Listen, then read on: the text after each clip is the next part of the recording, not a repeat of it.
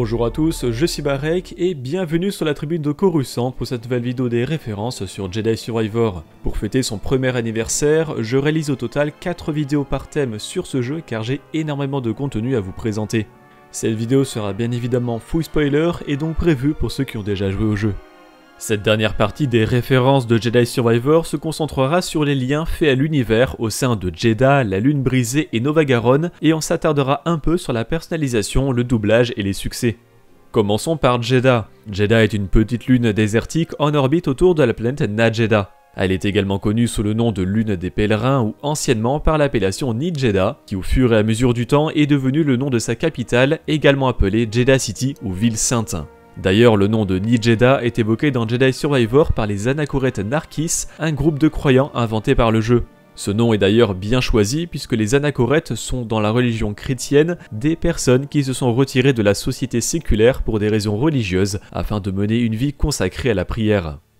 Jedha a cependant accueilli de très nombreux cultes majoritairement autour de la Force, comme les Jedi, l'église de la Force, les gardiens des Whills, les disciples des Whills, la confrérie de la contenance béate, le clan de Tori Botha ou les Isoptères centraux.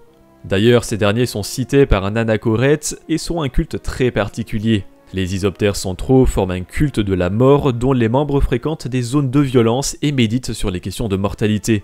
En l'an 0, un groupe de rebelles nommé les Partisans et dirigé par Saw Gerrera se réfugie sur Jedha, mais après qu'ils aient été en possession d'informations les menant au plan de l'étoile de la mort, cette dernière fit feu sur Jedha City, détruisant la majorité de la lune. Le malheur des rebelles fit le bonheur des Isoptères qui se rendirent sur les restes de Jedha et y construisirent un temple au bord du grand cratère de la lune. Le temple était alors un lieu de culte car ils pensaient que la destruction de Jedha City avait été une bénédiction. Mais Jedha est aussi un lieu important pour les Jedi et d'ailleurs l'un des principaux théâtres des événements de la phase 2 de la Haute République, environ 350 ans avant la saga Skywalker. C'est pourquoi on retrouve dans Rogue One une statue géante d'un Jedi qui est tombé. Et dans Jedi Survivor, cette idée est reprise avec la statue géante d'un Autolan Jedi.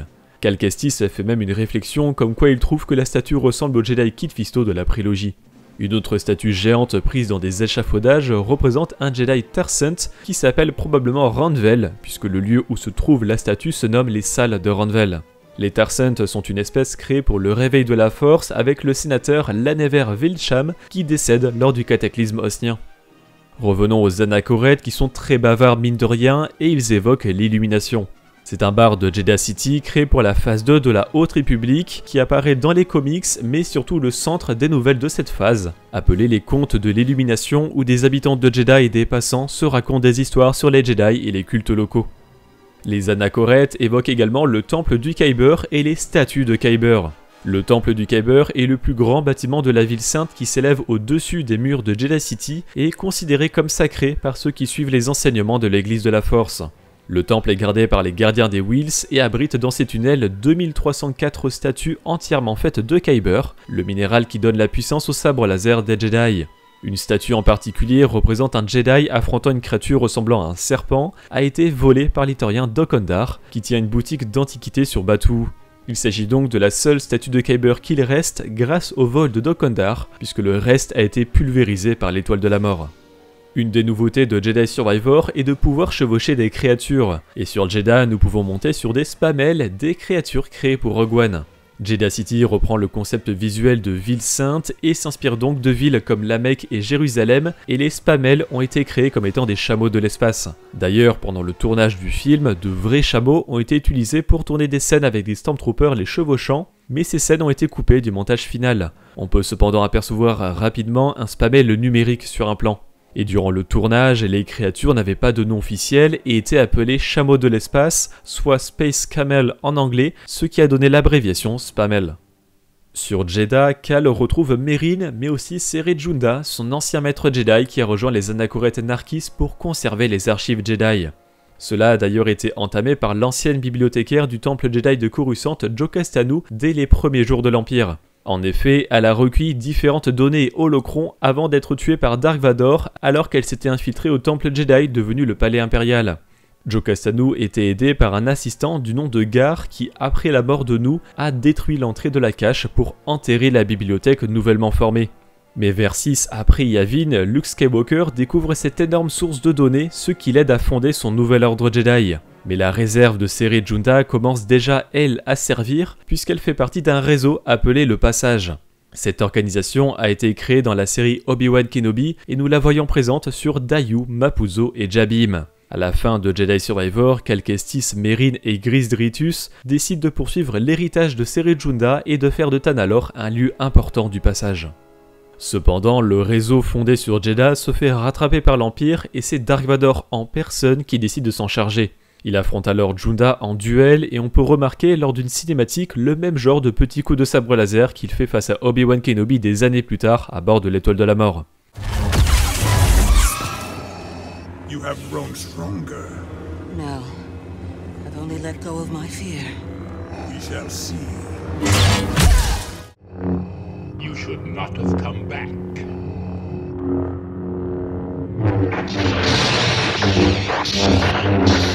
Durant ce duel, Vador ressort vainqueur, mais bien amoché, assez ironique quand on pense que c'est la même année qu'il affronte de nouveau son ancien maître Jedi dans la série Obi-Wan Kenobi, et qu'il en ressort aussi en très mauvais état. Sale année pour le Seigneur Noir.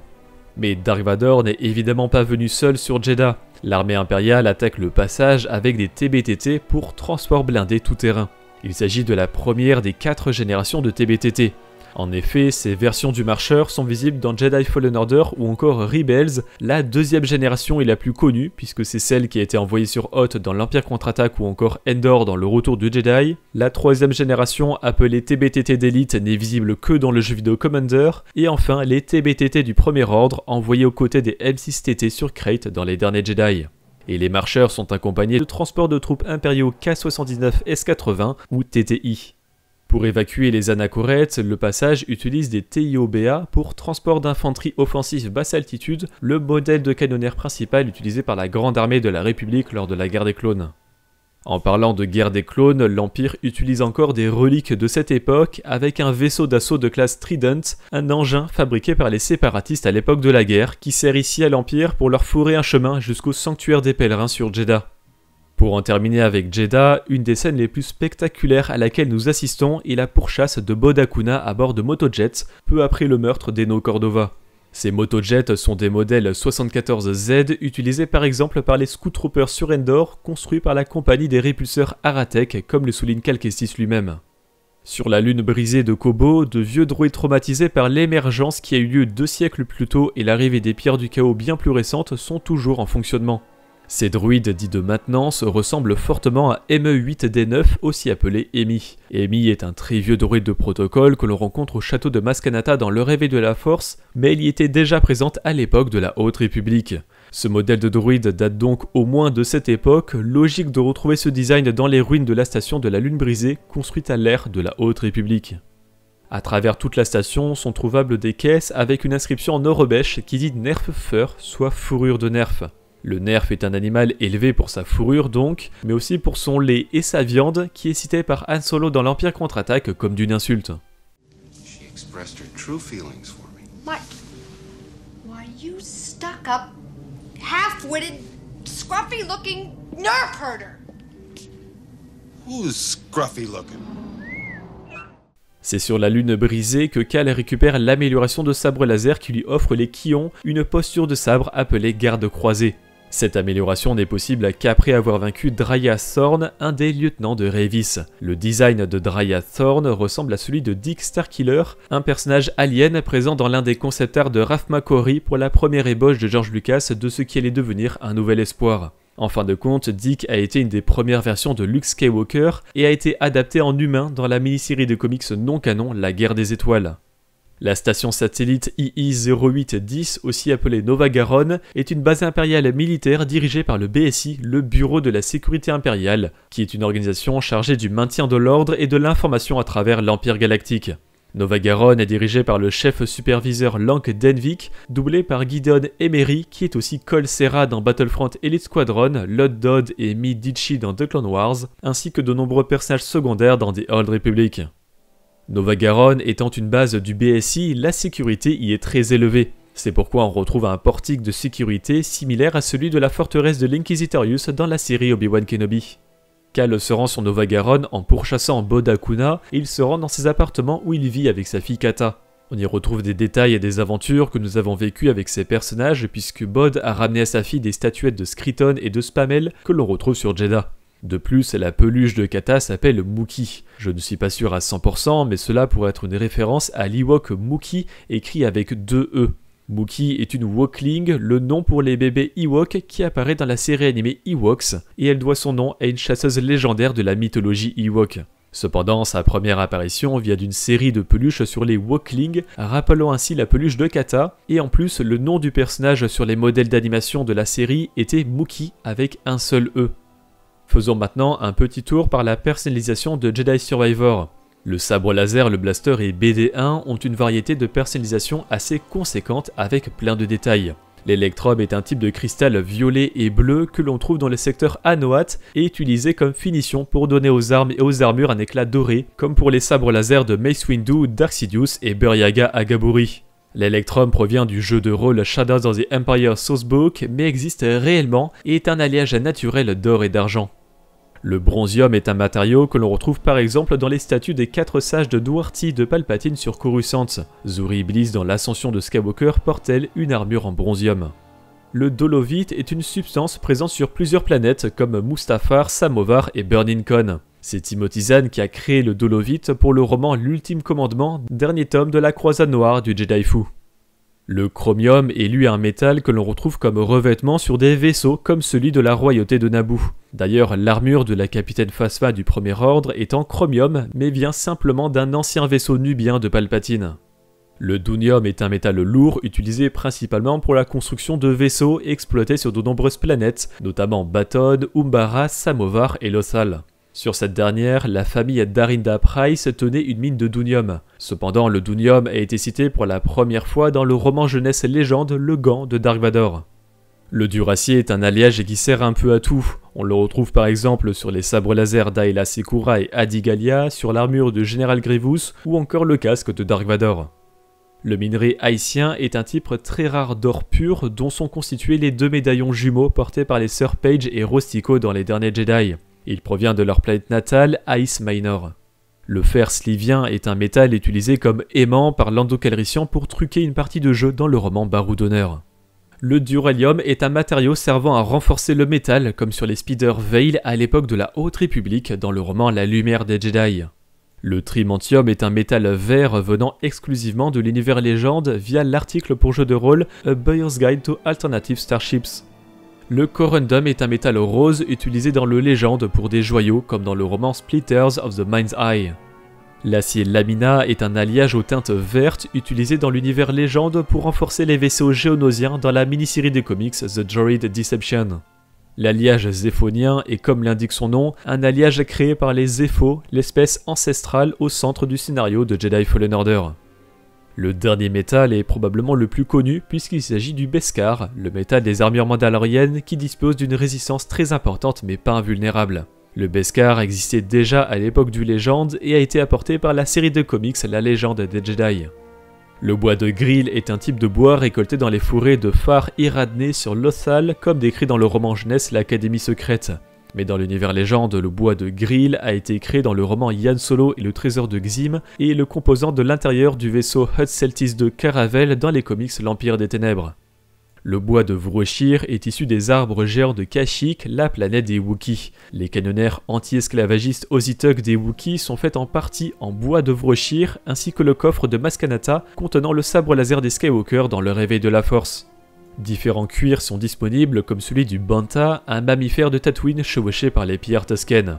Le cuir de Falempasek vient lui d'une monture que l'on retrouve sur Naboo dans l'armée des Gungan, mais aussi sur Onderon pendant la guerre des clones. Au Galaxy's Edge, il est d'ailleurs possible de manger du fromage de Falempasek. Le cuir de Nerf vient du Nerf dont on a déjà parlé plus tôt avec la fourrure de Nerf sur la lune de Kobo.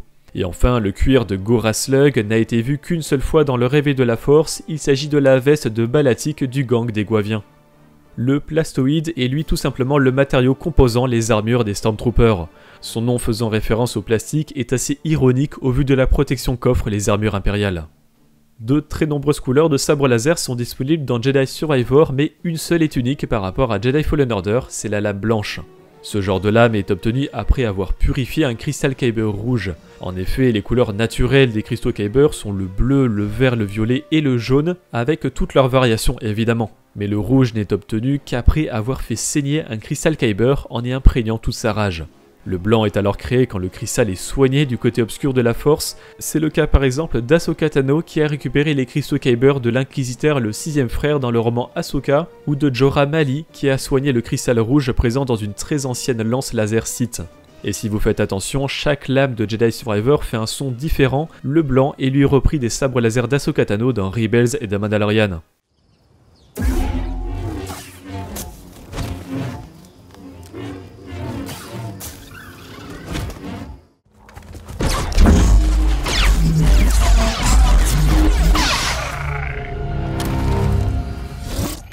Terminons sur les sabres laser avec les ensembles liés à des personnages connus. Évidemment, le sabre de base est appelé Jaro Tapal puisque techniquement, le sabre de Cal Kestis est celui de son ancien maître Jedi.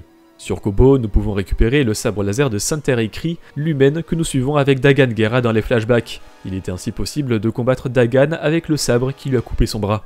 Sur Jedha, c'est le sabre laser d'Eno Cordova que l'on trouve. C'est en soi la deuxième fois que Cal Kestis le récupère, car il l'avait déjà trouvé sur Bocano dans Jedi Fallen Order.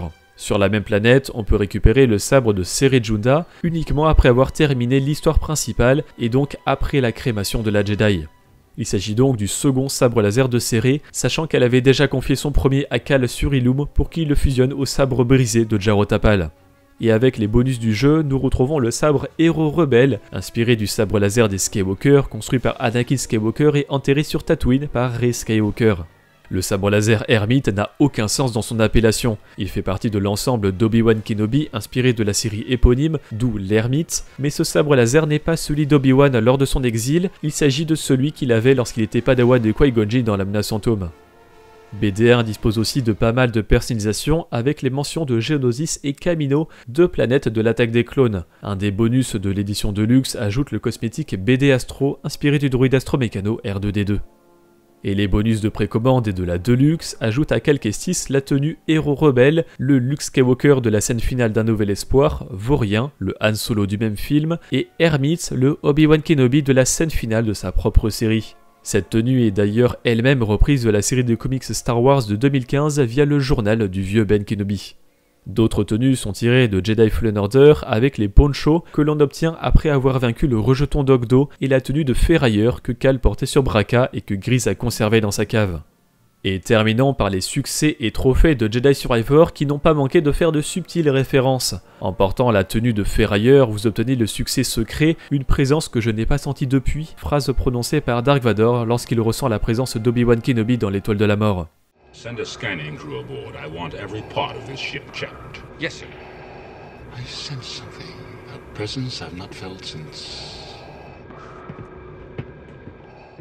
En évitant 50 attaques avec le visuel concentré, c'est le succès « Je fais corps avec la force » qui est débloqué, phrase employée par les croyants en la force et popularisée par Chirrut Îmwe dans Rogue One.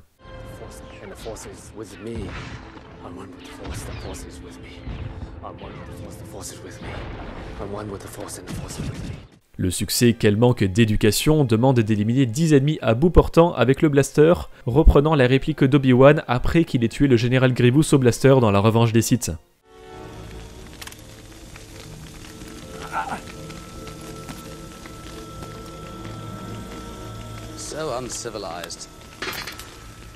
En faisant un saut chassé sur un ennemi avec une coupe mulée, oui, des conditions très particulières, cela permet d'avoir le succès Texas Ranger par rapport à Chuck Norris dans la série Walker Texas Ranger. Mais en anglais, le succès est nommé Roadhouse en référence au film du même nom, d'où la coupe mulée. On reste sur les références à des films avec le succès Cobra Cal qui consiste à s'entraîner avec un bandeau et qui s'inspire évidemment de Cobra Kai. Une fois que vous avez terminé toutes les salles Jedi, vous remportez le succès Star Tours par rapport à l'attraction de Disneyland qui vous fait voyager sur de nombreuses planètes de la galaxie Star Wars.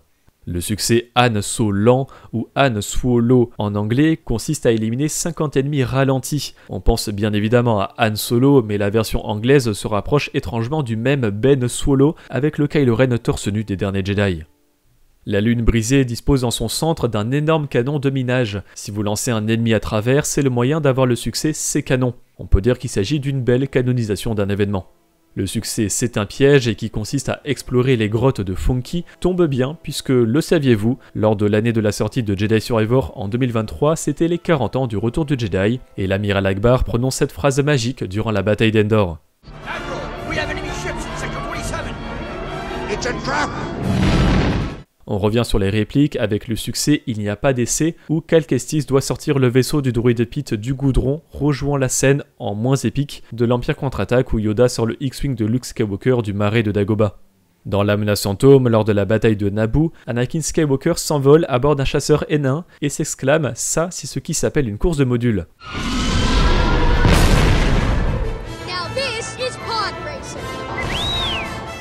Mais dans Jedi Survivor, Cal ne vole pas en module, mais en créature volante. Si vous faites plus de 500 mètres avec, c'est le succès, ça c'est pas une course de module. Un autre succès secret consiste à obtenir sa première prime. Elle s'appelle en anglais Who Gives a Puck, jeu de mots avec Who Gives a... En français cependant, le succès se nomme Pas de palais. Simple supposition, mais j'y vois personnellement un lien avec Mission Cléopâtre. Pas de pierre, pas de construction. Pas de construction, pas de palais. Pas de palais. Pas de palais. Après avoir échangé 25 objets contre des cosmétiques, vous gagnez le succès Matière Grise, poursuivant un jeu de mots de Jedi Fallen Order. Mais en anglais, le jeu de mots est différent puisqu'il s'appelle Greasy Money, soit Easy Money. Et on termine avec les deux derniers en rapport avec Luke Skywalker. Lorsque vous avez changé au moins une fois chaque partie de la tenue de Cal, c'est le succès Un Luke d'enfer qui est obtenu. Le jeu de mots fonctionne très bien en anglais aussi avec Hey, look at us. Enfin, le succès Je vole s'obtient en ne touchant ni le sol ni les murs pendant 60 secondes. La version anglaise est bien plus ironique puisque le succès s'appelle Skywalker, soit littéralement marche au ciel. En complément de cette vidéo, je vous invite à voir ou revoir la rediffusion de notre live Twitch sur Jedi Survivor qui est disponible sur notre chaîne secondaire. Merci d'avoir regardé cette vidéo, j'espère qu'elle vous a plu. Si c'est le cas, n'hésitez pas à laisser un like, à la partager et à vous abonner en activant les notifications si vous ne voulez pas rater les prochaines vidéos de la Tribune de Coruscant. Et pour être au courant de l'actualité Star Wars au quotidien, suivez-nous sur Facebook, Instagram, X et Threads. Et tous les dimanches, nous débriefons de l'actualité sur Twitch lors de notre émission à la bas dans les étoiles. A bientôt et que la force soit avec vous.